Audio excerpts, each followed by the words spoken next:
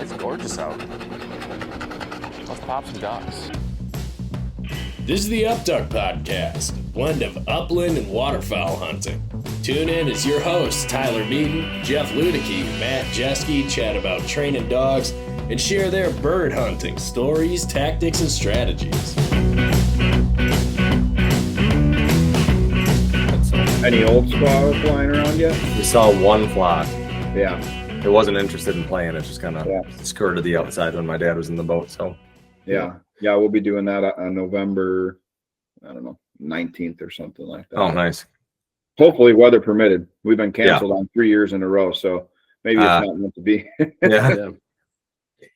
Yeah. So that was the beep, and if you heard that, button. yes, I did. I hit the record button. Matt Jeske was out on the bay, out on Green Bay. Matt, give us the 60-second scoop here. How did it go? It was a little slow. I shot my 2 bluebills though, so I got that done. My dad shot 1 bluebill. I shot a gigantic common merganser hen, future dog training bird. But it was a little slow. The wind picked up. I was telling Jeff, probably not in the cards for him today. Being out on the water like that, but it's cool to see. There was plenty of bluebills around, so it was kind of fun to see stuff you never get to see around here. And laying out in the layout boat's always a lot of fun. Yeah, I've never done that, but I told my wife, I was like, yeah, Matt's up on Green Bay today. She's like, well, you should do that. I'm like, well, I'm thinking about it, but there's this thing called work that's kind of railroading me right now, so I don't know if it's in the cards. So, and you're not the biggest fan of water either, so that doesn't. That is also true. that I'm not. I haven't thought about that. That's a whole different conversation here. So, not a fan of deep water, probably. Correct. I should clarify. Well, if you would have got out of the layout boat today, you could have stood up just fine. It's about 2 feet where the layout boat was. So, that's water's lucky. down, I hear. Yeah, the water's down quite a bit, but also it's where Todd finds the birds. Usually, is in the shallow waters up there. Interesting. Now you're giving all his tips away. Well, now them shallow waters are going to be packed next weekend. Yes. Yeah. The water. Yeah, the water is way down. You would know that if you were listening to our migration report episodes too. That's been the status quo here. So there you go. Plug for that. Oh, Jeffrey. Matt was out in the layout boat today. What were you doing today? Working. But I am getting ready. I'm heading to Minnesota Thursday morning, heading to southwestern Minnesota to chase some roosters. So getting packed up for that slowly. So I'll be out there for 3 days chasing some ringnecks. You're on a real every other weekend, right? What's that? You're up north and you're going to Minnesota, then a break, then Iowa. Yep. Then Iowa, then deer hunting, then it's going to get busy here. So, but yeah. So you put the boat away for the year, right? No, the boat will come out a couple more times. I mean, all I hear is upland hunting and deer hunting here coming up for you. So, if the bird numbers stay like this around here, maybe I will be putting the boat away for the rest of the year. But I'm sure we'll get a good push here, and I'll get the itch to go back out. In the next 2 weeks, we're going to get a giant push at some point. It's going to be hot and heavy, and people are going to be killing ducks while I'm on the phone for work. That's just what's going to happen. This weekend could be looking good. The people that we're staying with are going to visit. They run a huge operation there, farming, and they said they've seen a ton of pheasants coming out of the fields when they were picking the corn this last couple of weeks. So there's been a lot bird of numbers are up in their area, which is great. So hopefully that equates to more birds in the bag. Dry. It was dry up there in the spring, right? They did get some rain, but it sounded like it was kind of timely and not anywhere near what they had last year. Last year they had a lot of flooding, and I think that really, really disrupted the hatch. So, looking good so far this year. So, that's the thing where all of us, I shouldn't say both, but all of us are upland hunting and duck hunting. Some, right, we flare back and forth. Some of us lean one way more than the other. But if it's a dry spring, great for pheasants, right? If it's a wet spring, great for ducks. There's no it's hard to have both things be really good, unless it's just the right amount, right? But anyway, I digress. Timely.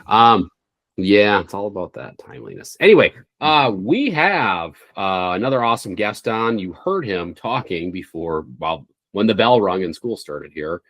His name is Kyle Schmidt. He is a taxidermist by trade. He runs Northwoods Taxidermy. So, Kyle, welcome to the Updog Podcast. Thank you. Thanks for having me. Absolutely. First taxidermist guest. Yes. It's our first one. Yeah. Awesome. So, yeah. Hopefully it won't be the last. We'll see how you do. Yeah, right. You'll know when I get blacked out halfway through the podcast. Yeah. Well, Tyler almost did that on the pilot episode. So yeah. Okay. It's true. Well, I sure love I love the waterfowl, upland bird hunting, taxidermy scene. So I think we'll get along just fine. Yeah, I think it'll be a good fit here. Just looking at your background of your video feed here. So tell us, Kyle, where are you located? Just give us some background information on you. How long have you been running Northwoods Taxidermy? Just start with that. Yeah. Northwoods Taxidermy out of Eagle, Wisconsin. Bought it from Dan Terwicki, actually. So I kind of bought him out of the business in 2019. The business has been around since the 80s and just growing since. And I was fortunate enough to work with Dan prior to buying out the business. And so it was just progressively got to that point and took it over. And now it's been, 6 years.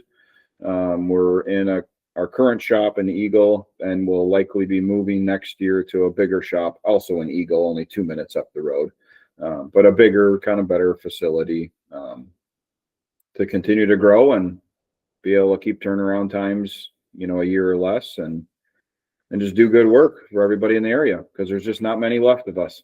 I don't know. I don't want to call it a dying trade, but it's kind of the direction it's gone, at least locally here. So, yeah.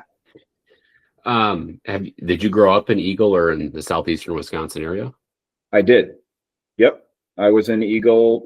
That's where I grew up, is Eagle, on the border of Eagle and North Prairie, where the Broadlands Golf Course sits. I've traveled, and moved some places throughout my life, and ended up back in Eagle, and we'll plan to stay here until I move to our hunting property someday, hopefully. So I love it here. It's a great little area. So sidebar question, where's your hunting property? Yeah, 20 minutes away. It's been great. Yeah. So sold all the land up north and ended up with a nice piece in Jefferson County, kind of outside of Hebron area. So 20-minute drive, door to door. Excellent. And you're managing that for waterfowl, correct, Kyle? Yeah, well, we manage it for waterfowl and whitetail, but my brother and I and a couple close buddies are avid waterfowl hunters. So that's always been a dream of ours, is to have a property we can manage for waterfowl. And so we've been able to do that out here with the pond and the river frontage. And we're currently working with the wetlands program, which is like through NRCS. Maybe you guys are familiar with that, but yeah, it's a wetlands program, and it's going to put the property in lifetime easement where it'll forever be restored to wetlands. So that should really benefit the waterfowl and, of course, hunting them, but mostly springtime nesting, and then just all year, give us a chance to rest the ducks in the area, and then hunt them, of course, as well. But yeah, it's been fun. It's a work in progress, and it takes a lot of energy, as I'm sure you guys would know. Yeah. So, yeah. Yeah. I mean, you talk about managing for waterfowl, managing land for waterfowl, duck properties. Like, you typically don't think of southeastern Wisconsin, right? There's not that many people that are doing it. And I think when I mentioned it to Tyler prior to this podcast, he's like, people do that here? Like, I didn't even know that was a thing. Yeah. I would assume it's primarily wood ducks, right? Like that's the majority of what you're managing for. Mother Nature has done a really good job on our property for the wood ducks. We've added 30 wood duck houses, which I think has helped. So we manage 30 wood duck houses on our property, and we try to clean them out every year, and etc. But we actually are going the route of wild rice. We really put a lot of energy into the wild rice, and we were able to manage our pond level, which is 13 acres. So it's not a lot, but it's enough to add up, where you can kind of get a little destination spot for them. So hopefully the mallards and maybe the teal. I mean, we do see mallards, we do see teal. We actually get some divers in there every year. We also won't hunt it when it's, the 10 to 12 to maybe 20 ducks. If we get 30, 40, 50 ducks on our pond, maybe then we'll start planning a hunt. But the goal is, to get several hundred roosting on the pond and to be able to hunt them on the outlying potholes. And that'll be all sorts of ducks. Our goal is to have a good variety. We're not far from Princess Point, Jefferson Marsh, Rome Pond, Koshkonong's only, 7 miles as a crow flies. So the area is absolutely loaded with waterfowl at certain times of the year. I had just customers in today that saw thousands of ducks in Koshkonong a couple days ago. So pretty awesome stuff out there, really. If you dig deep into it, what they're doing with Princess Point is remarkable. I think that's going to be an unbelievably good area for the years to come. So doubling the size of the marsh and the surface water is going to be enormous. That's really what the ducks need. So. Yeah, we'll keep telling everybody about this Princess Point edition, so then they stay out of my main areas. Everybody can flock over there and take some of the pressure off some of the surrounding spots. Well, and we know those new marshes, it's all open water, so everybody wants to hunt them, but they all sit on the shores and just watch the ducks land in the middle, right in the middle, until the cattails take over. But hopefully they can get this one right, because some of the marshes I've seen, they're too shallow. And this one, I think they're going for a deeper marsh setting. So they're able to, if they can get it to 4 feet or plus, they can actually keep up with the cattails. Yeah. So what we heard, it was going to be kind of the Cadillac of properties. At least from the DU folks were saying that they were kind of sparing no expense when it comes to this edition, which is cool. I think Mark is engineering this one, if I'm correct. I'm sure along with other folks, as well, but he seems pretty dialed in. He's done it for a lot of years. And it's a big project, so they put a lot of resources into that one. Yeah, that's great. Even if you don't personally hunt it, just the surrounding area, it's just going to draw more waterfowl into all this whole area of the state. So, and that's been some of our driving force on our property there. You're right; it's very unique what we're doing. If anything, you get maybe with the whitetail management in the area, but certainly not waterfowl. So, but it's what we like. Why not give it our best effort? So I have questions. Lots of questions here. So, right, you planted a bunch of wild rice. You're managing the wood duck houses. What else are you doing? Right, for folks that aren't familiar with managing a property for ducks. What else are you doing on a regular basis here to manage? It's like what is in the cards for the next 6-12 months as far as projects go on your property? Then for continuous improvement of it. That's a good question. So we've been able to take our 13-acre pond and put a water control structure in there, which is going to just control the water levels. So we've really been trying to figure out, what water level is sufficient in the spring, summer, fall, how we get water back on it, what we plant. So we've actually planted everything from millet, smartweed, of course, the wild rice we touched on, the duck potato, manna grass. There's the sago pond weed is a big one in ponds that people don't realize that stays submergent. So that's something the ducks feed on underwater, and they love that. All sorts of ducks love that. And so we've been planting all of the above in our ponds. The river and the sloughs, we don't do anything more than just nesting. We do have some mallard tubes, and then wood duck houses is a big thing along the river. Then getting into the wetlands program stuff, that gets pretty involved. They're estimating about $100,000 restoration on our 70 acres is what we're putting into it out of the 188 I think we have right now out there. So they're going to put in the duck scrapes. Well, we may get the project, but regardless, the duck scrapes will go in. Then those will be managed in the same way as far as the control the vegetation. We try to control any invasive Phragmites from taking over. So those are the big ones. Keep up with any invasives like Phragmites. Currently, we have to knock it back a little bit. And then just maintain our water levels and try to draw down in the spring, let that vegetation become, established, then draw water up throughout late summer into fall, and then you have that flooded food and cover for the ducks, and just good ducks, geese, waterfowl in general. I mean, right now I think we have like a dozen swans living on the property, which is just, it's kind of cool, but it obviously can't hunt them. But yeah, so those are some big things. You know, getting involved in the wetlands program is huge though, because now you can start to alter the land and take, you know, say a farm field and restore it back to the wetlands like it once was. Most of our county in Jefferson County was a wetlands at one time, and it was heavily farmed. And I completely understand why. Farming is very important in our country, but it just really altered our wetlands, you know, and just everything's directed to the river via drain tiles and ditches, and it's caused some issues for our wetlands, you know, as far as losing them. We just straight up lose them. And all these little properties that once were prairie, you know, kind of that prairie type flooded region, it's just no longer. So restoring some of the land, you know, and so all that stuff's in the works for us. Okay. All right. Dumb question, but here's the, I mean, for folks that don't know, like what is a duck scrape?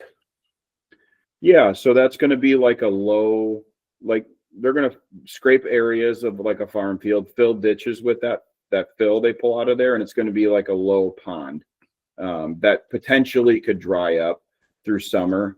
But then in the fall, rains get, you know, up to two feet of water potentially, you know, 18 to 24 inches where ducks like to dabble, that prime depth where you can still have growth in the spring. So yeah, you know, say like a 1 acre duck scrape on average 2 to 3 feet deep. The trick is to have them deep enough where you don't just lose them to cattails, the potential for them to be deep enough. So it's kind of a fine line. I mean, it really takes a quality engineer, like Ducks Unlimited have some very quality engineers when it comes to how they alter the land and how deep they go.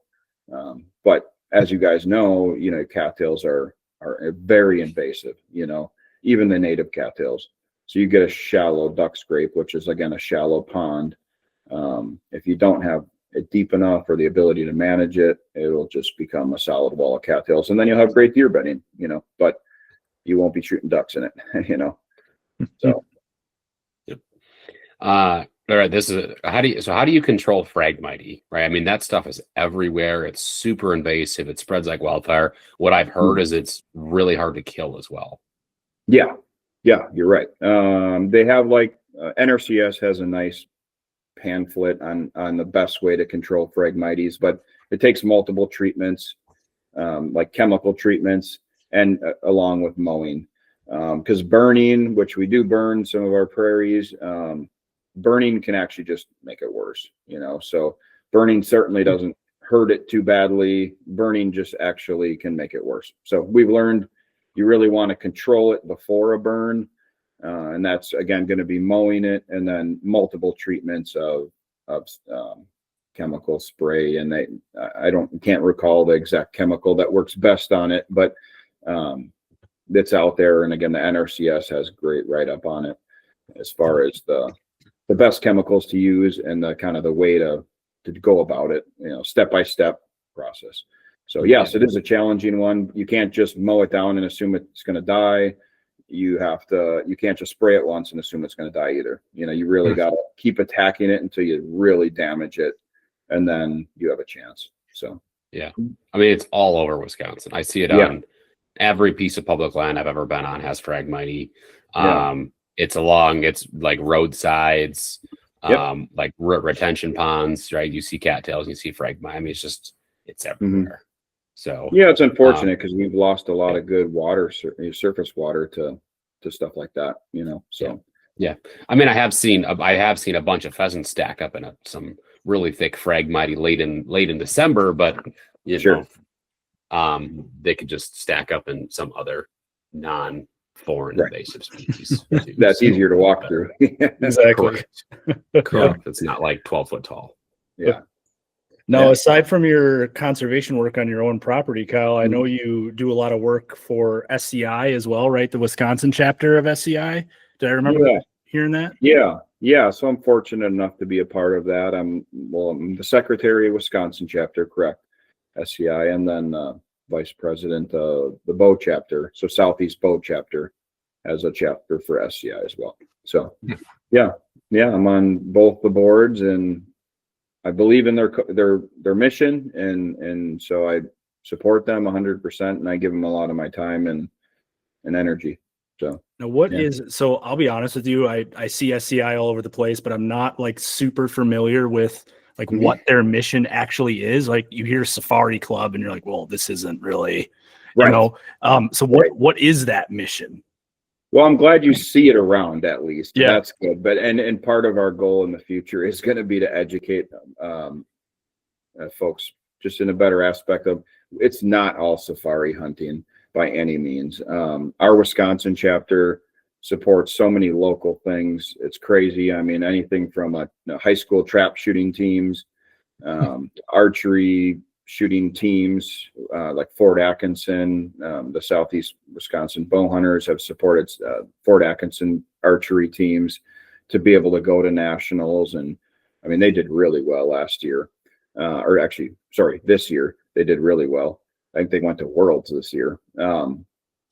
But Black Bear Endowment, the Black Bear studies, tons of money went to that. The Cub Scouts locally in Wisconsin. So Wisconsin chapter is more humanitarian, obviously conservation and hunting, and then the Wisconsin Southeast Bow Hunters is going to be our political avenue, being there's C3s and C4s, and so by law you can get into the political game a little bit.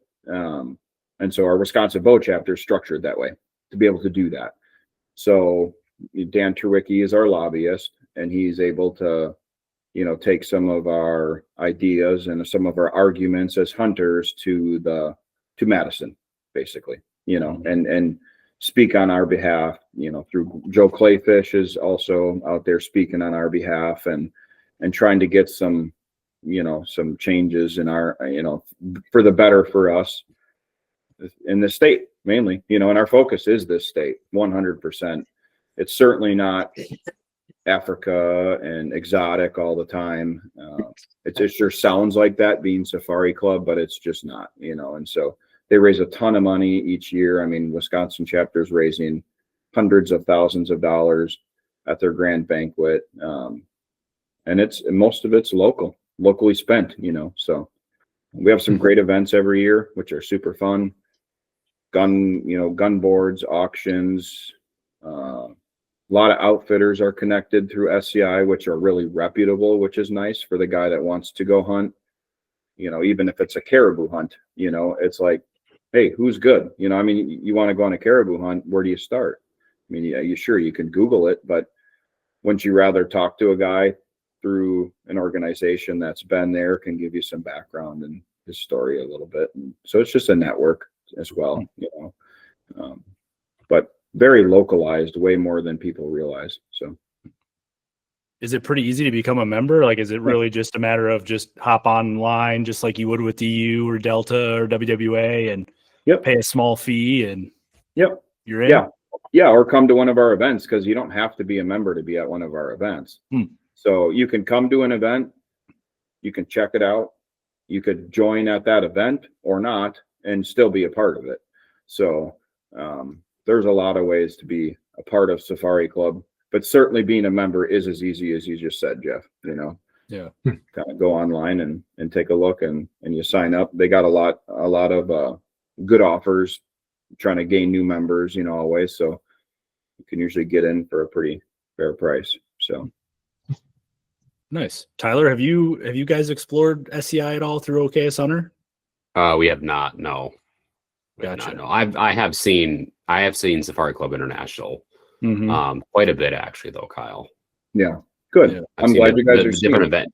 Different events and things, and it's good to hear that it's not just safari hunts, right? Because I'm sure that's what most people see. It's it's that whole don't judge a book by its cover, but I think a lot of people do when they read what SCI stands for, right? Like that's not for me. I don't do that, right? So and it's funny because again, as we talk about it today, at our meetings, we always are continuing to talk about how do we get people informed that this is very localized, and it's first for hunters, period. It doesn't matter where you're hunting or what you're hunting.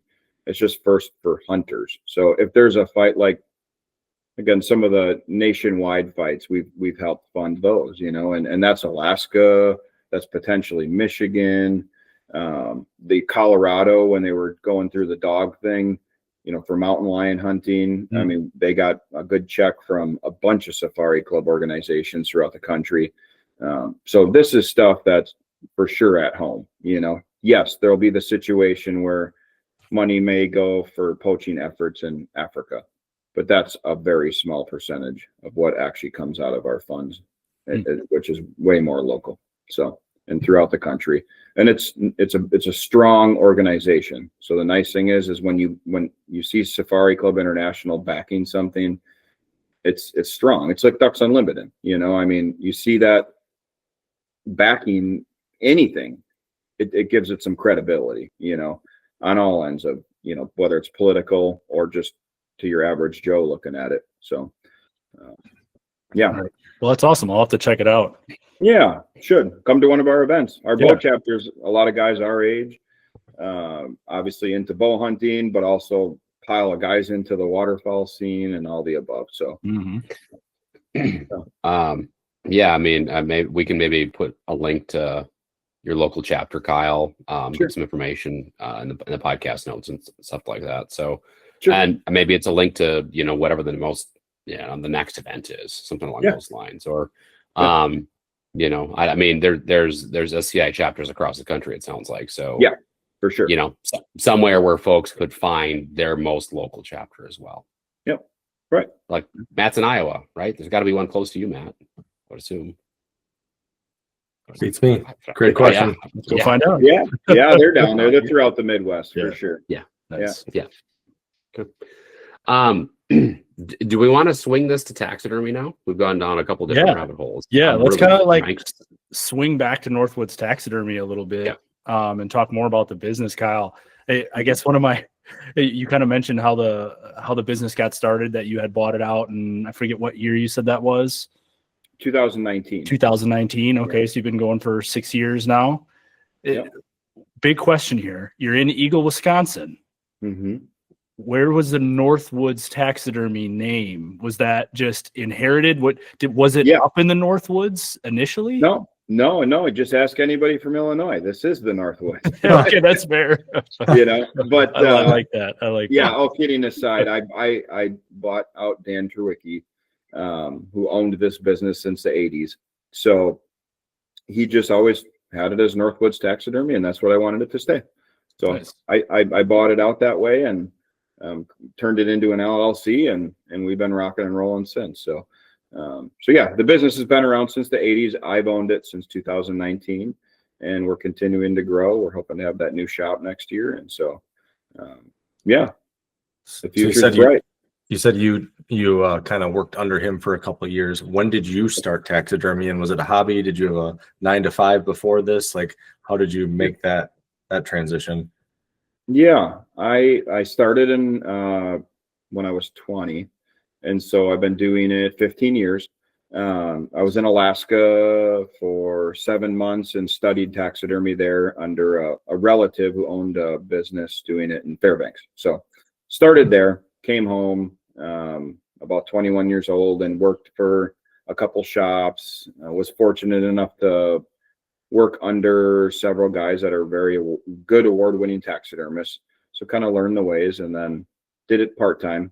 I was a union glazer doing full-time commercial glass work, architectural metal and glass work, and then did it on the side. And when work would get slow in the union, I would sub out, hey, I'll take off, and then I'd go do the taxidermy those days. So, and then until about 2016, and then I did a few years full-time with Dan, and then took over in 2019. So it's slowly but surely, but just been a process, and part-time into full-time, and then into owning the business and full-time, and then some now. So yeah, sure. Yeah. Now, you mentioned it was kind of like a dying breed. Why do you think that is? Do you think it's just people don't want to pay for taxidermy anymore? Like, why is that? I probably phrased that wrong when we talked about that. It's more of a dying trade in the sense of less of us doing it, and willing to do it. So there's a lot of the taxidermists in the area are getting a little older, let's be honest. So they're starting to sort of retire, and a couple have moved away, and then like, where's some of the young guys coming up? You in the trades and whatnot. You got the old guys kind of subbing out, and the young guys coming up. We just don't have that locally, at least. We don't have that in the taxidermy business. We have a crazy amount of licensed taxidermists in the state, but that doesn't mean anything. You can get you could go on Go Wild and get your license, so I think people, at least again, locally, Southeast Wisconsin, have wanted to do it, wanted to get into it, started it, failed at it, and just went on to something different, and then the guys that have been doing it a long time are slowly phasing out, and so there's still plenty of taxidermists around, don't get me wrong, but I'm just not seeing the young businessmen, young taxidermists really growing these businesses locally. So our goal is to just be the go-to taxidermist in the area, and we'll have a crew and a team getting the job done and keeping turnaround times and getting a high quality piece back to everybody. I mean, that's my goal. So, yeah. If someone is interested in getting started in taxidermy, I wouldn't know where to start. Like if I'm like, hey, you know what? I would like another side hobby because I don't have enough of them already. Kyle, where do I start? How would you answer that? Yeah, it's a tough thing to go to school for, but there is schooling for it, right? And that's probably the best answer, is to find schooling, which you'd have to pay for, and start digging into something you like, whether that's turkeys, waterfowl, like big game, pick something and try to perfect that. And whether it's through schooling, or maybe you can find a local taxidermist that would apprentice you. I mean, that would be ideal, as an apprenticeship type thing. Just because it's such a hands-on business, it's hard to learn otherwise. But again, some of the schooling, or actually most of the good schooling, is hands-on, but it comes with a price, So for starters, I would find a good schooling, figure out what you might like, and pursue that aggressively until you realize you do or don't like it. This trade has a lot of different moving parts. So find something you like, perfect it, and see where it takes you, whether that's schooling or an apprenticeship, which apprenticeships are going to be harder to find in this business. So on that note, what did you start with? Right? Did you start on big game, or did you start on birds? Yep. I started on big game. Yeah. So I was just unique in the sense I knew a family member who was in the taxidermy business. I knew a really good family friend that was in it. And then I knew another guy locally that was in it and ended up hiring me. So I just had those connections just by chance, so I kind of ran with that and through jumping through those guys. I mean, at one point I was sitting there learning or studying taxidermy just for free. I was just, it certainly wasn't a waste of time, but it was just me sitting there watching a guy for hours and hours and hours, and I mean, whatever it took, I guess, to figure it out and get it done. So that's kind of how I started in it. And yeah. Now, was there a pretty big learning curve, like going from wild game to birds? I mean, I'm sure it's completely different, but what was that transition like when you tried to start exploring some of those other species? Yeah, comes with a learning curve, learning the hard way a little bit sometimes, and failing, of course, like in anything, and a lot of problem solving. But it's the same concept in the sense of it's a skin. You need to skin the animal, skin the bird. Regardless, you need to clean it or tan it, or for birds, clean it and borax it. So you have to somehow have it clean enough and preserved enough to work with, and then from there it's all just the anatomy of an animal and putting it all back together. And again, I was fortunate to learn from several different taxidermists that had several different methods that I kind of inherited my own way of doing it then through all those different methods. So again, some of them were, did things that they just did because that's how they always did them, but they even admitted, well, sometimes I don't like this or it takes longer. And so I was able to pick up all that. I was young enough and knew enough to it that I was able to kind of pick up on all that and adjust when they were kind of stuck in their ways. So yeah, you just a lot of trial and error, I might have to plug my laptop in here real quick.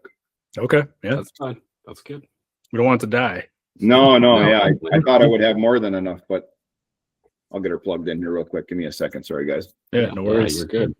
We've had guests that have their ear headsets, their earpieces have died. So we work through it. I'm not worried at all. Yeah. Lights go off, headsets die. We have tornado warnings happen. Oh, gosh, that was the worst. That was the worst. Literally a tornado warning happened in the middle of a podcast. We're like, we have to stop this thing. So oh man. My wife's knocking on the door over here, like, hey, we need to go downstairs. And I was like, Jeff's like, tornado warning, I'm already in the basement. I'm good to go.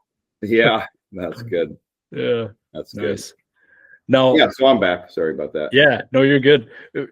What is the heart like? I mean, you do everything, right? Are there any species that you don't do? Yeah, there is a handful of things that we've just stopped taking over the years. At least currently, that may change. But I mean, it sounds silly, but I won't take a squirrel anymore. You just can't charge enough, and they're so fragile if they're not fresh, and they're just a pain. But I won't do those, or we won't do those. We did not take any life-size turkey mouse past couple of years. Those are just not our thing currently. So until I get a guy willing to do them in the shop here, we just aren't making time for life-size turkeys right now. So there is just this couple things currently, but other than that, we're full service. So nice. Let's say on the other end, are you getting big game animals from bigger than whitetail in from people on trips? I mean, are you doing that in your business? Yeah. We do a ton of very big game, a lot of exotic stuff, Africa stuff. Yeah, I mean, we got a whole crate full of New Zealand pieces right in the shop in here. Big red stags. So, yeah, just did, what was it, the second biggest moose shot in the world last year. Really? Pedestal amount of it. So yeah, a lot of life size. We got a pedestal giraffe coming up here that we're doing. Oh my goodness. Yeah. I might have to come into the shop to see that. Yeah. Well, that Safari Club event in Brookfield is February time. We'll have a lot of that really cool stuff there. And so like the shop, if you ever want to come take a look at early February, late January is a great time because we have all our show stuff going on. We'll probably like the life-size Garanuk this year, some other pretty cool stuff. So yeah. That's awesome. Now this is gonna be a weird question. You said you're full service and you'll do everything but squirrels. Well, no pets. I was gonna say, do you get people do people try to ask? Yeah. For pets? Yeah. Like frequently. Enough that my answer is confidently yes. Yeah. Are these typically cats, dogs? Like, what is it? Yeah, both. I would say, yeah, both for sure. I've gotten a fair amount of calls for the dogs, which I have no interest in that. Sure, there's money to be made there, but people are very attached to their dogs. That's like family, for most people. And I just think there's too many emotions or potential emotions for that. So we've chosen to opt out of that side of the business. So yeah, good point though. Thank you for bringing that up, because squirrels, turkeys, and pets. There we go. That we got the list going right now. So that's crazy. Now, specifically with birds, how much harder is bird taxidermy versus like your typical shoulder mount for a whitetail? Birds are going to be more fragile. You could definitely get a bird done faster than a whitetail. Mm-hmm. So when it boils down to hours in the day, I guess generally a bird's going to be an easier, better project. It doesn't make them necessarily easier, but a bird you can thaw, skin, and mount in the same day. A whitetail, there's a whole different process. That comes in say November time. It's flesh, salted. Then it goes into the tanning process. So then it's tanned, comes back. Then it's thawed and prepped. Then the form's prepped. Then it's mounted. Then it needs to dry for 2 to 3 weeks. Then epoxy work needs to be done. That dries for a day. And then anytime after that can be painted and finished and then picked up. So a bird is much, again, I hate to say the word easier, but it's just, it's easier to put a bird together. I mean, again, I could thaw a bird this morning and have it mounted by the end of the day, and I don't have to come back to that bird hardly at all. I just have to pull the tape and the bird's done, because the feet have been painted, the beaks have already been painted, and once the skin's applied and the feathers are put in place, it dries, it's done. So way more goes into a whitetail. Again, that process I just listed, which it was quick, but that takes, months of time. So interesting. Yeah. See, I always figured that whitetail would be a little easier just because it feel like you're doing so many of them, and with birds there's so many different feathers and poses and that kind of stuff. But it makes sense. It's a lot smaller of an animal. Yeah. And it doesn't have to be tanned, and it doesn't have to be epoxied and painted. So you have the before and after you can eliminate right off the bat, and so yeah. I mean, certainly whitetails, we have such a system down that it I'm making it sound probably more difficult than it is. It's just the steps in the process you have to go through. So and of course, getting a whitetail in raw, I mean, these rifle kills they're a mess. I mean, the deer die a pretty traumatic death, and so you have to clean all that and get all that handled, and that can be quite the mess. Ducks, again, much smaller mess, less to get rid of. All around, I would say ducks are going to be a bit easier of a project, but also take a lot of skill and a lot of patience, and then also understanding waterfowl. So us guys in the shop absolutely love waterfowl hunting, and we take it very serious and always have. So that's helped us in the business, understand what these ducks look like. When we shoot a duck, we look it up and down. We're constantly trying to improve on that. And another key thing is getting a good specimen. So you get a good specimen, as we jokingly say, it mounts itself. So yeah, and that was kind of the avenue I wanted to go down next. Tyler, tremendous segue. You set it up. So go ahead, Jeff. Go ahead. You jump on it. Right. So. You said you need to have a good specimen to start with, right? I think that's probably some of the majority of the questions you field when it comes to bird taxidermy, right? Is this bird shot up too much? Is this worthy of a mount? Which is a whole nother topic we could discuss, right? Like whether or not it's worthy is really up to the person. Like, it doesn't matter what it looks like. If it's a good story and you want it mounted for that memory, like, do it, right? But in terms of, whether or not a bird is too shot up, like, how do I know?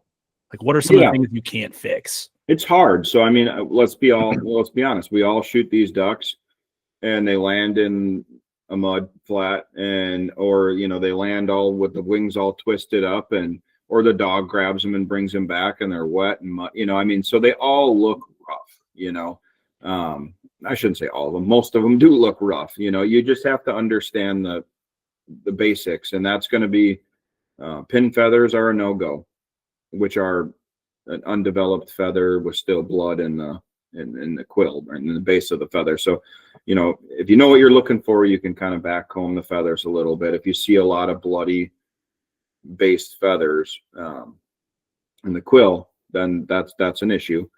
But that's normally just your immature early season birds. If you shoot opening weekend teal, mallards, even the wood ducks, opening weekend, you can maybe have those issues. As you get later in the year, they become developed, that blood comes out. all good, becomes less of an issue. As far as shot up goes, it depends what type of mount you're looking for. You know, if you shoot a wood duck, for example, and it's a beautiful specimen, mature bird, the wings are completely shot up, well, maybe the best route's a sitting pose or a standing pose, you know, which the wings are completely tucked in. I don't know if you can see this one here or not, but the wings are completely covered and consumed by the pocket feathers, right? Which is what gives a wood duck its look. And so you don't have to worry about that. You just adjust the pose. So another one is a dead mount. You're right. You know, like a dead mount, you can get away with a lot in a dead mount, especially when you do them like this by the neck. So shot up bird, body and head and neck is not as big of a deal. Wings, if you're looking for a flying pose, you don't want your wing feathers shot up, which is easy to look at. You just hold the bird out tip by tip. If there's completely missing feathers in there, well, we can't put those back. They're not there, you know. So then you want to maybe consider a different pose or shoot a different bird and go that route.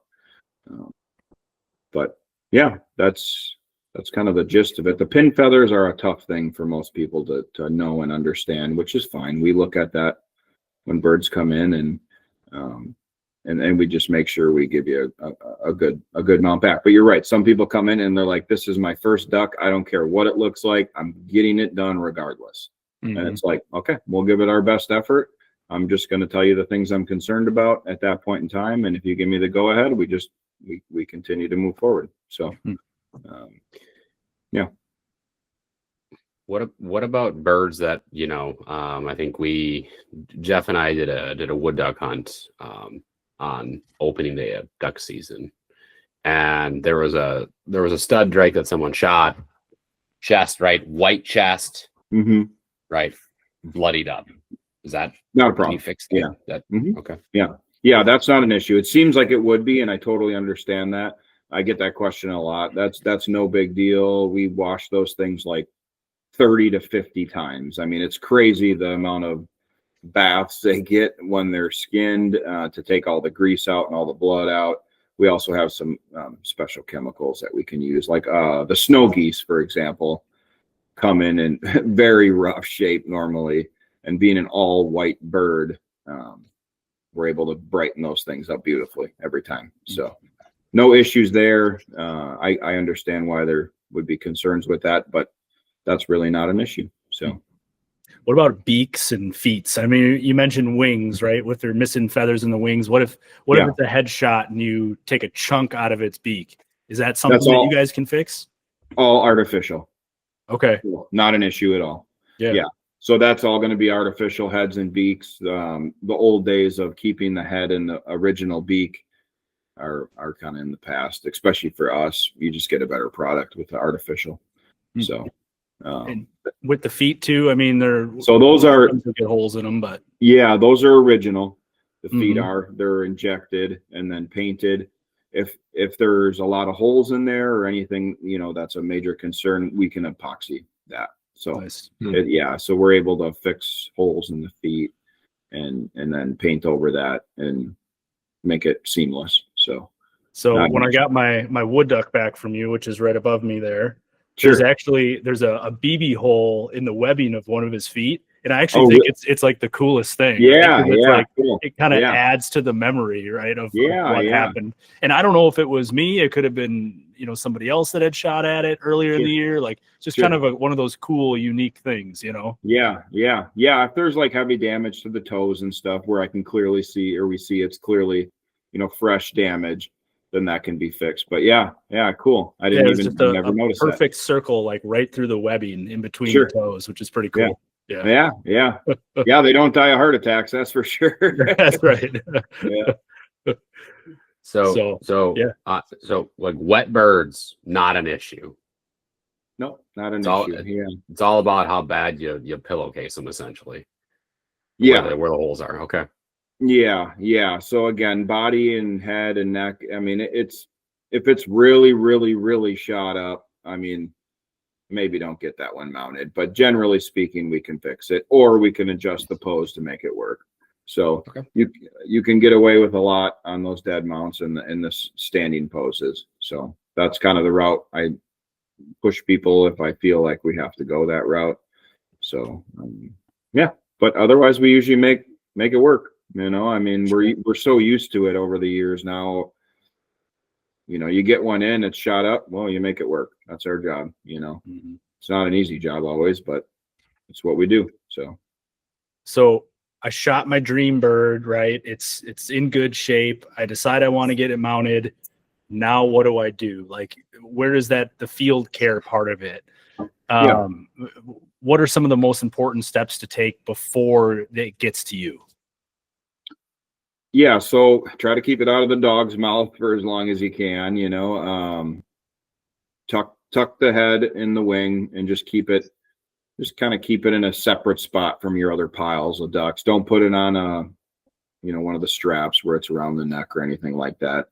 I always just say, for me, I always just take it and put it in my hunting bag.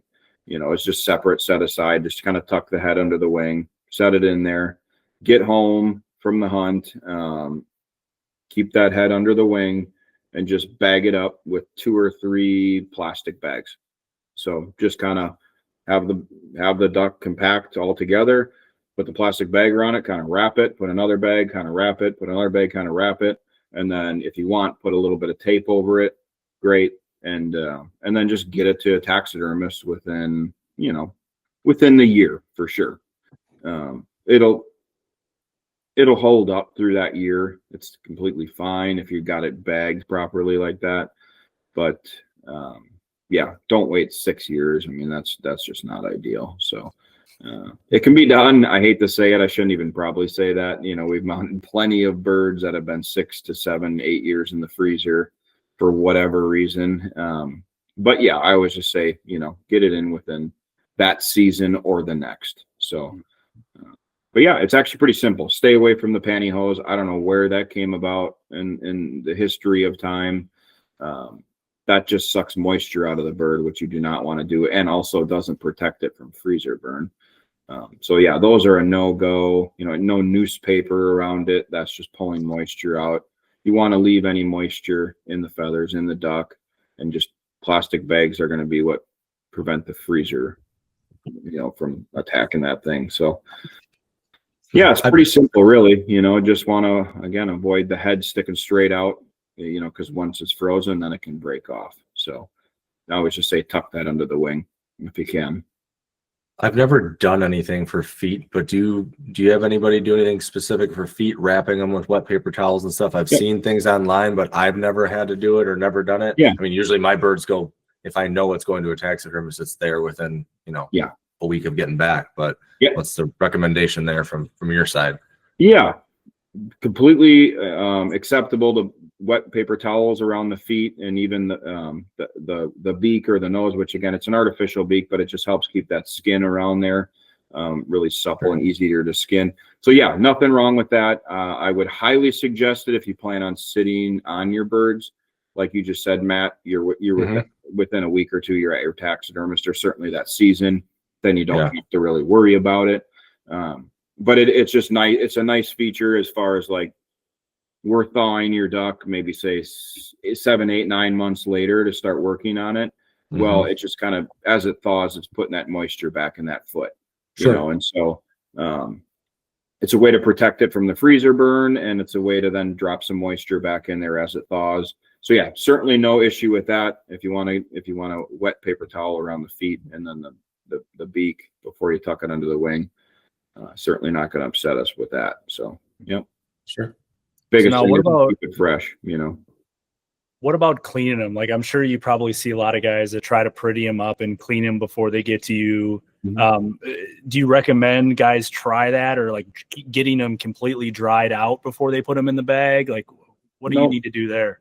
Yeah, you really don't have to do anything of the sorts. That blood comes out of them.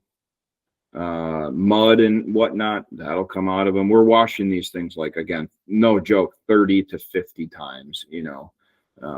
So you really don't have to worry about anything. You really don't want them dry, you know, either. So you just want to keep the bird in the best shape you can from the minute you shoot it to when you get home, and then just those plastic bags and drop it in the freezer as soon as possible.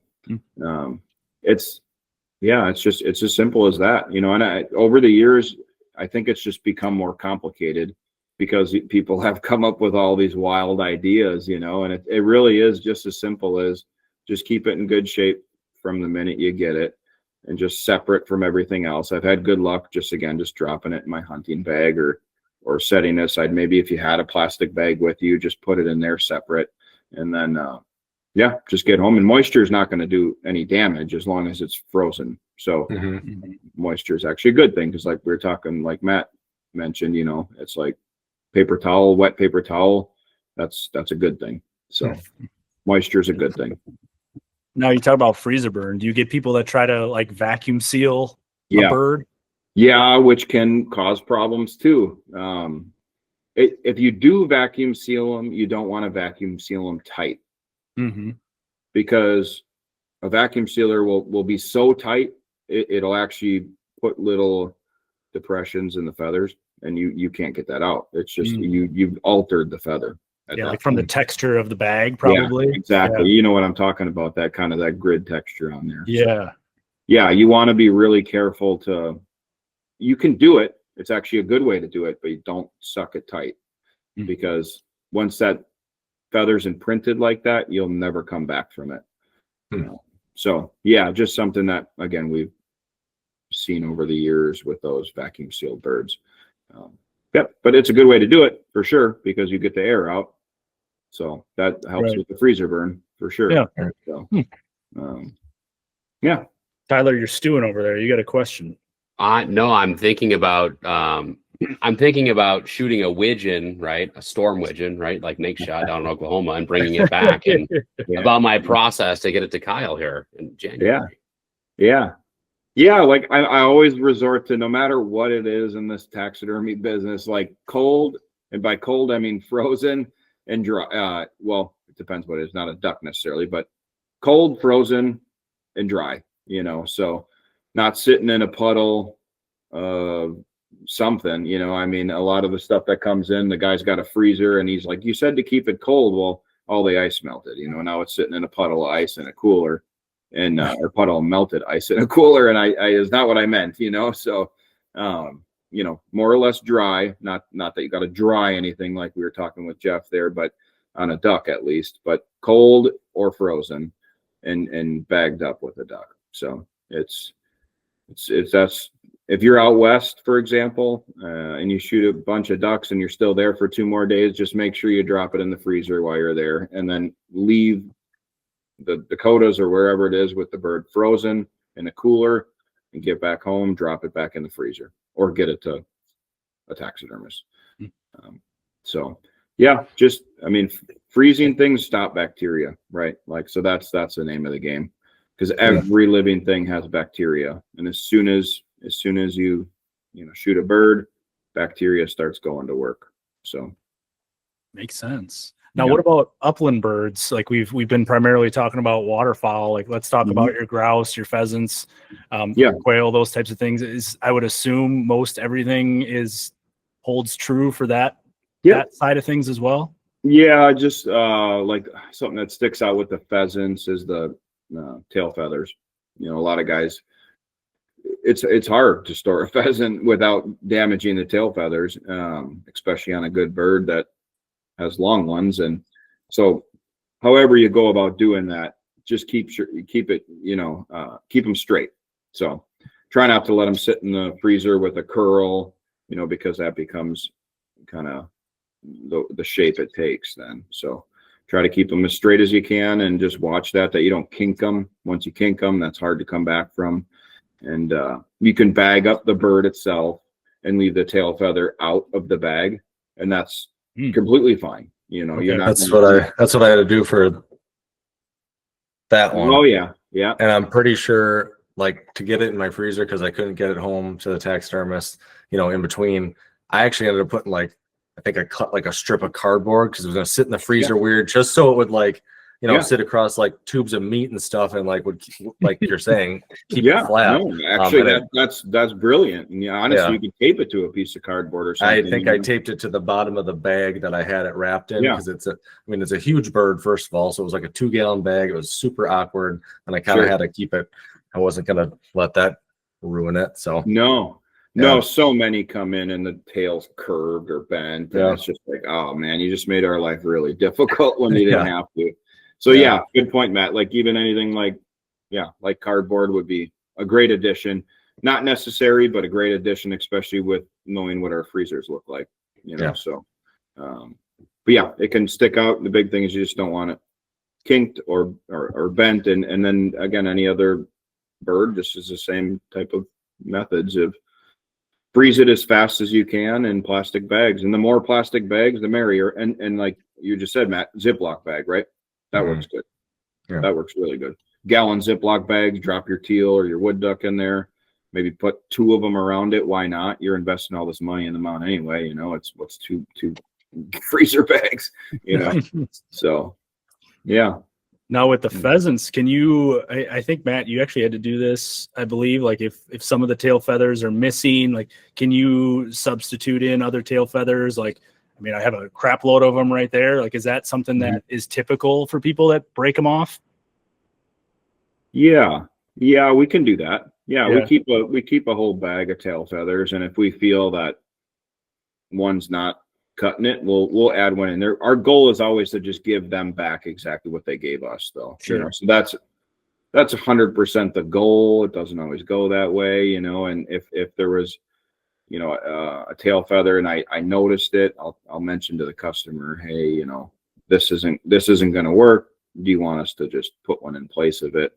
99% of the time they're like, yeah, for sure. So you can add them. I had a buddy of mine locally that one of the wing feathers was completely shot off. So you had this beautiful bird and then both wings were perfect except like the middle of one had one completely missing. So it was like, I know he's going to want this fixed, and so we pulled one off another bird and we were able to glue it in place. You'd never know. So it can be done. Interesting. So Kyle, if a guy goes out on public land and shoots a bird with a 30+ inch tail feather, would you recommend that he brings that into you to get it mounted? Yeah. Every time. That was a dig at me, Kyle. I figured someone was getting poked at. It was like freak last year. It's like 39 inches. It was ridiculous. I don't remember what it was. It was ridiculous. I probably have a picture of it still. Thing was an absolute freak. Yeah, I had a tape measure. Yeah, I forget how long it was. But that's crazy. Yeah, it was a pen bird. Keep that in mind. That's true. My goal is for upland. Kyle, you can make this happen for me sometime. Is to have a Minnesota bird, an Iowa bird, and a Wisconsin bird on a dead mount. All 3 of them hanging from a strap. Yeah. Or I was even thinking hanging from a public land sign that maybe has some cool. BB holes through it or something like that. Yeah.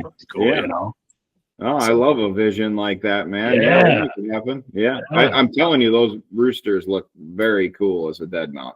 For sure.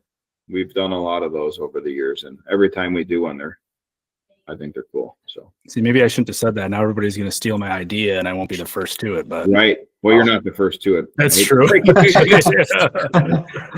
I'll be the first to it in my world. Yes, exactly. That's all that matters, Jeff. That's right. In our own little world. That's right. My little box. Yeah, exactly. Nice. Man.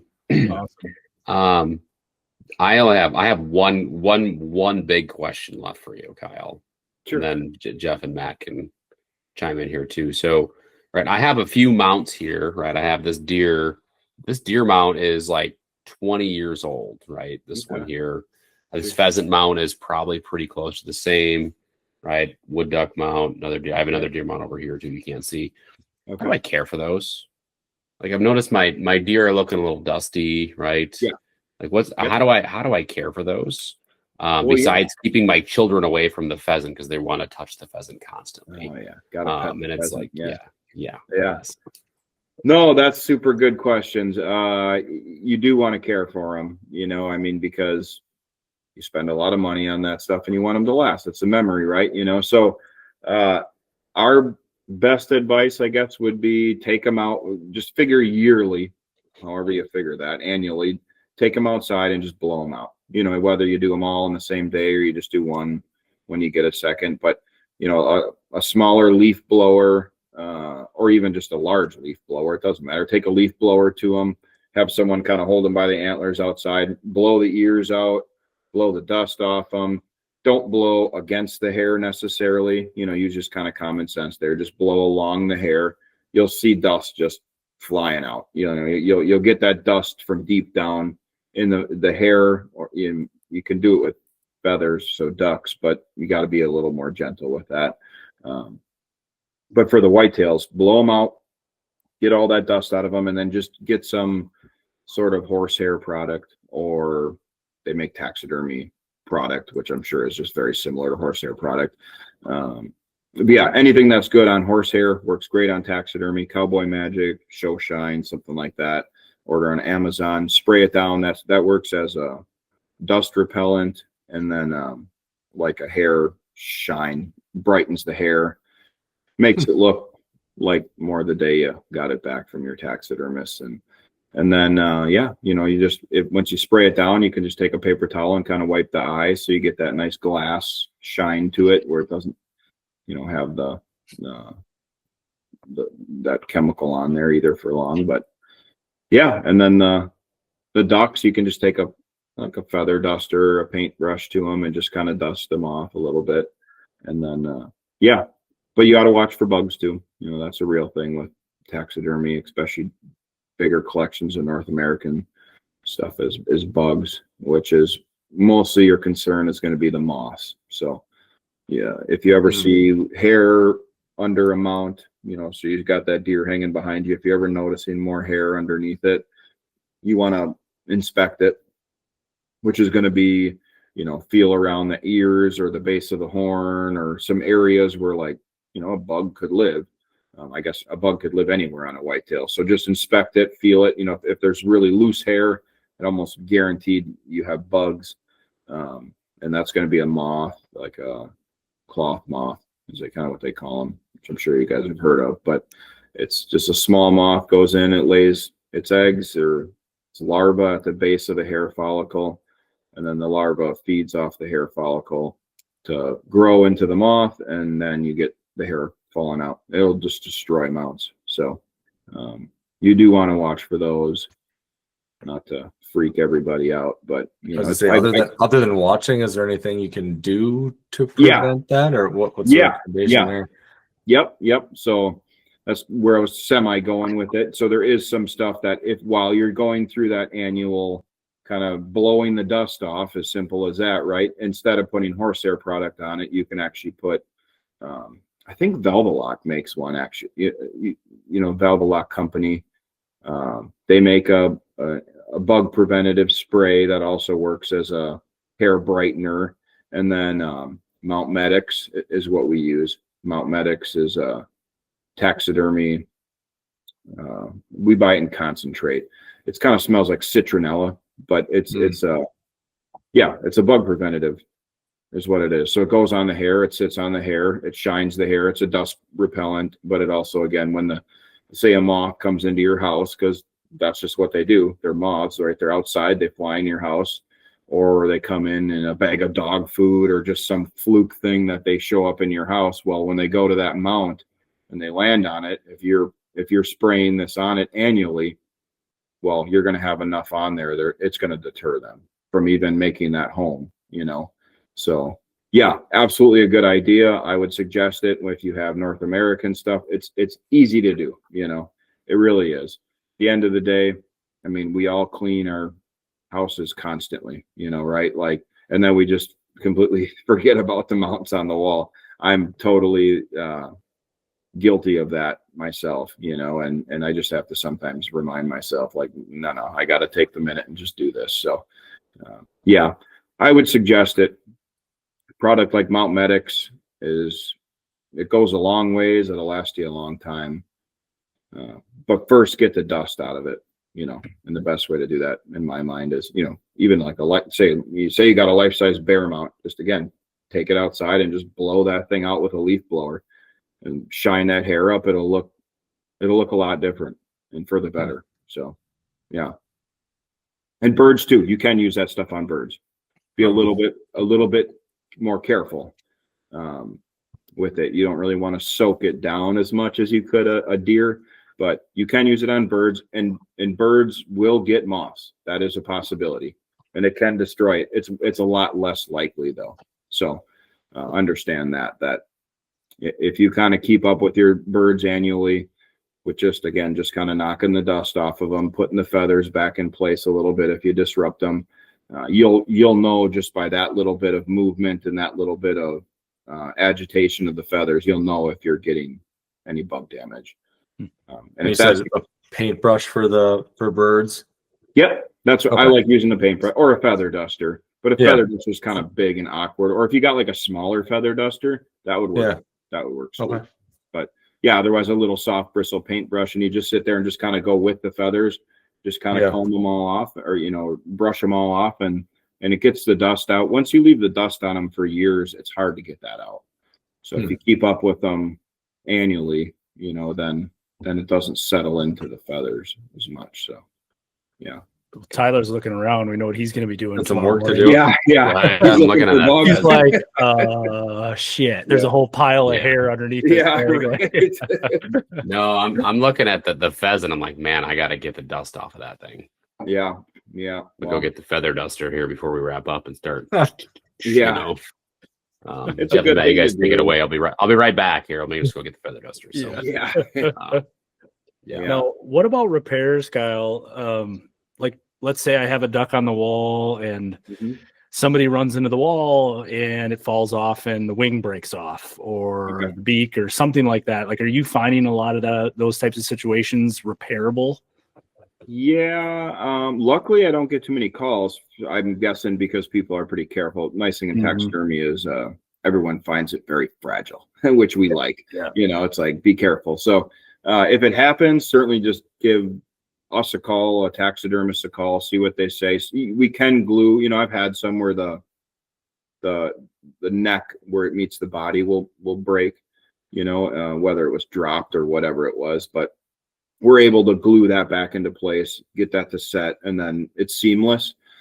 A broken wing or something like that would probably be a little tougher, but you got to remember there is wires in the wings, at least on our birds. So the wing likely wouldn't break, but it would bend. So then, yes, you should be able to bend it back, so without too much issue, because the wing it's very small where it meets the body. So like that area is flexible in a sense that, again, you could bend it back without too much issue. On a wing, and then again, a head or a neck snapping is going to take a little glue and a little finesse, but yeah, repairs can be done. And luckily we don't get too many calls for them, but it certainly can be done, and stuff happens. So I get it. It's like stuff gets knocked off the wall, or kids. And so we just say, give us a call, and it's all situational at that point. Yeah. More than happy to help out though.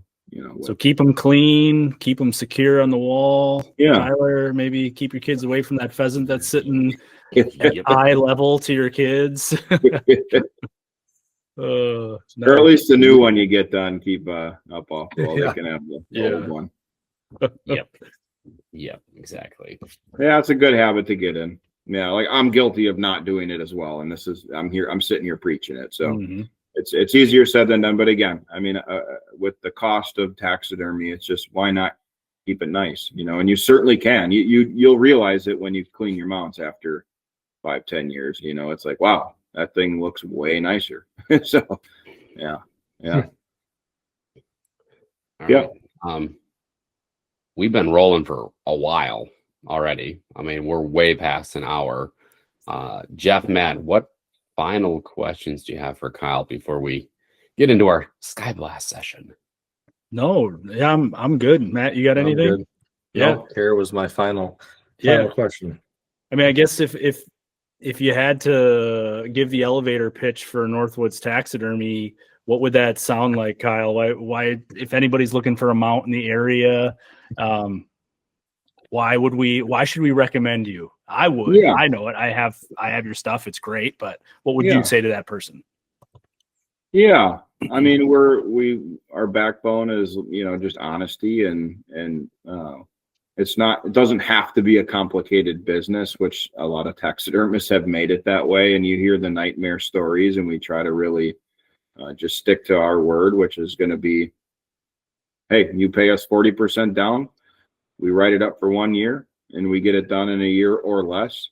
You pay the deposit, you pick up the mount, if make sure you're happy. If you're not, we adjust. But I've had 99% success as far as happiness, as far as people picking up their mounts. So I think we do a very good high-end commercial taxidermy. So we're a good team here, and yeah, I think, again, 99% of people walk out the door happy. So that's all we can ask for. Nice. And as far as waterfowl, we love it as much as you guys. So I wouldn't give you something I wouldn't hang on my own wall. Mm-hmm. So yeah, no, that's great. I have a whitetail shoulder mount, and then that wood duck up behind me from you, Kyle. And hopefully my wife doesn't listen to this, but hopefully there's more to come in the future. Well, thank you. But yeah, I definitely recommend you guys check out Northwoods Taxidermy. Some really good stuff. So, well, thank you. Yeah. It would be she'd have to be a dedicated listener to get an hour and 20 minutes in. That's true. Yeah. I think you're safe. You're safe. Yeah, probably. All right. So, Kyle, we wrap up our podcast with what we call our Sky Blast questions. This is essentially rapid fire. So we'll ask you questions. Could be hunting related, could be taxidermy related, could be nothing related to those two things at all. Our job is to ask the questions. Your job is to answer with the first thing that comes to your mind. It should go fast. That's the idea behind it. We'll wrap up with a little lighter, fun note, and then we'll get you on your way. Does that sound good? Yep. Okay. Gentlemen, who wants to go first? I can go. All right. What shotgun are you using for your waterfowl season? A400. Okay. Yeah. What's your favorite personal piece of taxidermy, either at your house, your shop, whatever? What's your favorite piece that you own of your own? I have a kudu and Nyala pedestal mount that were my two big trophies from Africa hunt I was on. So I would say those are my top two favorites currently. Sure. So, Sure. Yeah. What's your favorite piece you've ever done for a customer, and what did it look like? Ooh, that's a good one. Right off the top of my head comes the lion chasing a hyena, life size, and the hyena had a leg of a bush buck in his mouth, running off from a lion that was hot on his tail. So that's awesome. That was a good one. Is that the biggest mountain you've ever done, or what's the biggest one you've ever done? I worked on a life-size giraffe many years ago, so that was probably the biggest animal. That was a giraffe on 1 foot with a steel post in it, about 5 by 5 inches. It was ridiculous. So crazy. Cool. Well, that's what I had for my shotgun run there. Stole a couple of mine. Come up with a new one on the fly here. Chat GPT. That's right. Okay. I got Jeff, a couple. You don't ask normal questions, Jeff. I usually don't. Yeah. I usually don't. Okay. The only taxidermy one that I have, since Matt stole my other one, is what is your favorite animal to do taxidermy work on? Yeah. I enjoy like mountain lion, bobcats, some of the leopards that we're fortunate enough to work on, cats, and I wanted to specify. Yeah. Yes. Not house cats, but yes, cats. Yeah, you don't do that. No. Right. So they just take a high amount of detail. So yeah. Awesome. Fun. I like that. That's cool. All right. These are kind of Halloween themed here. My last two. Favorite Halloween candy to consume?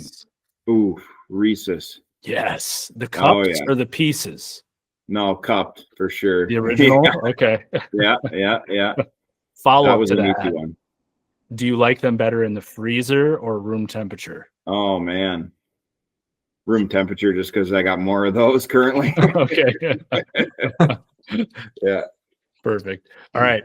Last one, kind of Halloween related here, is do you think Nightmare Before Christmas is a Halloween movie or a Christmas movie? Ooh. To me, it rings Halloween, but boy, it's been a long time since I've seen that. My kids have gotten into it, and My brother-in-law said they watch it at Thanksgiving because it's Okay. in between Halloween and Christmas. There Well, you if it go. says anything, it was just in our theater, and we went to watch it last week. So Did you? They were, Halloween all day Yeah. long. It's a classic. Christmas All right. is cheerful and not That's right. nightmarish. All right, that's all I got. Tyler? All right. Just a few, Kyle. First one, what kind of truck do you drive? F-250 Super Duty. Okay. All right. Deleted, most importantly. Nice. Go big or go home. Yeah. Do you own a gun dog? I own 2 chocolate labs, and neither one of them are hunters, unfortunately. So, yeah. Okay. I'll leave that at that. But they're both awesome dogs. So, Of course. Yeah. Members of the family, right? yeah. Okay. Your favorite duck blind snack? Jerky. Yeah, jerky or goose sticks. We get a lot of our goose made into hot sticks. So that always comes in the blind with us. And they're gone by the time we go home. So Mhm. Yeah, goose sticks are a winning thing here. I think. Yeah. I've got Matt and Jeff turned on to them. Yeah. Matt wants to shoot more geese now. He wasn't too fond of it until he had some of those goose sticks. Yeah. I like them better than the venison, all kidding aside. I They're just good. think there's a Ours different are texture. delicious. And, Yeah. So Yeah, Hands down. Marty's and Rubicon, top notch. mhm. All right. Let's see here. I don't know where I forgot it, but let's go with actually this one. So, do you have any hunting trips planned this year? So this fall, no, I'm focused on our property this year. But next year we're going to Kodiak, Alaska for a duck hunt for 6 days. So It's awesome. and we plan to do exceptionally well because we're going with a great outfit. So Last Frontier Waterfowl. Yeah. I Mhm. think who's there right now? I gotta look now that I got you. We got some guys there right now that we're watching some videos on that are doing really well. Matt, you're familiar with that outfitter? Mhm. Yeah, the dive bomb guys are hunting with Last Frontier right now, and they're doing well. So, yeah, we're excited for that. So that's next year. So no, nothing this year. We'll just hunt locally, and hopefully the birds show up here. So Okay.